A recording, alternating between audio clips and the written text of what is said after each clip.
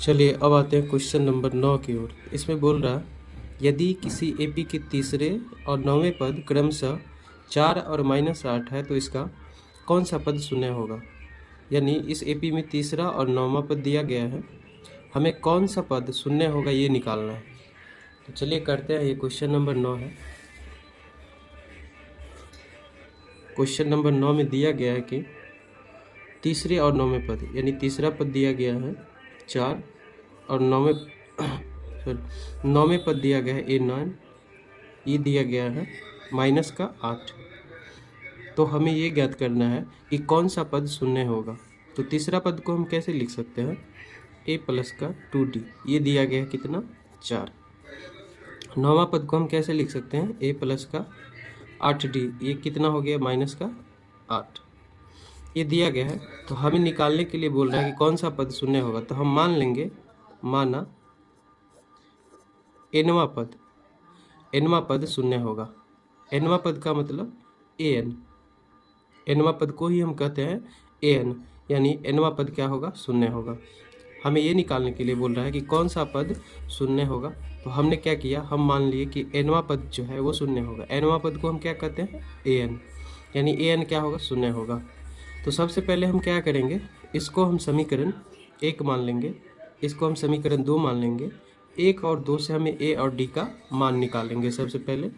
तो चलिए करते हैं, a और d का मान निकालेंगे। यहाँ से हो जाएगा समीकरण 1 घटे 2 से। तो समीकरण 1 में दिया गया है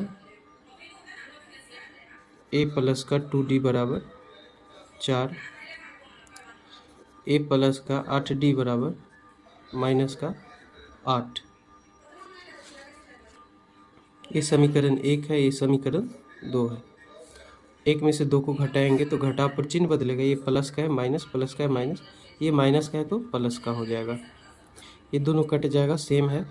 माइनस का 8 और प्लस का 2 कितना बचेगा, माइनस का 6 और d बचेगा। प्लस का 8 और प्लस का 4, 8 और 4 कितना हो जाएगा 12। d यहाँ से आ जाएगा, d बराबर 12 बटे का 6 दूनी 12। ये माइनस है तो माइनस लग जाएगा इधर। तो d का वैल्यू जो है वो आ गया -2। अब हम d का मान समीकरण 1 में रखते हैं। d का मान समीकरण 1 में रखने पर, तो समीकरण 1 है a प्लस का 2d बराबर 4। a प्लस 2 गुना d के बदले आ जाएगा -2 प्लस 4। यहाँ से a, यहाँ पर क्या है 2 और 2, 2 दूनी 4, 4 क्या है माइनस का हो जाएगा बराबर का 4, 4 माइनस का इधर गया प्लस का हो जाएगा 4 प्लस 4 क्या हो जाएगा, a बराबर 8। a का वैल्यू कितना आ गया 8, d का वैल्यू कितना आ गया -2। अब हमें क्या करना है, nवां पद जो हम माने हैं 0, उसको हम सॉल्व करेंगे। हमने माना है nवां पद बराबर 0। तो nवां पद के लिए हम क्या लिखते हैं, a प्लस का n-1 इंटू d बराबर 0।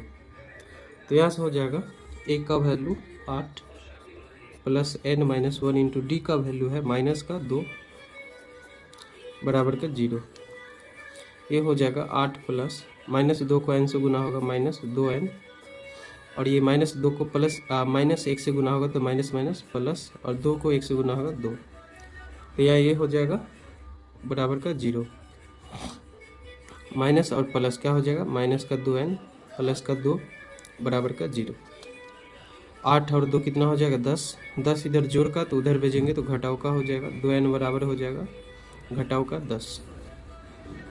अब n के साथ 2 इधर गुने का है, इधर आएगा भाग का, तो n बराबर हो जाएगा -10 बट्टे का -2, माइनस माइनस प्लस 2 पंचे 10। तो ये हमें सॉल्व करना आना चाहिए। जैसे कि यहाँ पर -2 को इन दोनों से गुना था तो -2 को n से गुना किया तो प्लस और माइनस, माइनस का 2n हो गया, 2 को 1 से गुना हुआ तो माइनस माइनस प्लस का 2 हो गया। तो ये आपको जोड़ घटाव आने चाहिए।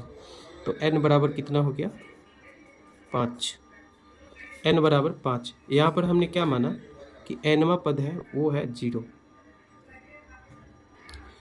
तो n की जगह कितना आ जाएगा 5। तो यहाँ से हम देख लेंगे an बराबर था 0, तो n की जगह पर क्या आ जाएगा 5, यानी 5वां पद बराबर क्या हो गया 0। A5 का मतलब क्या होता है, पाँचवा, यानी पाँचवा पद बराबर क्या हो गया, 0। तो यहाँ पर हम लिख देंगे पाँचवा पद 0 होगा।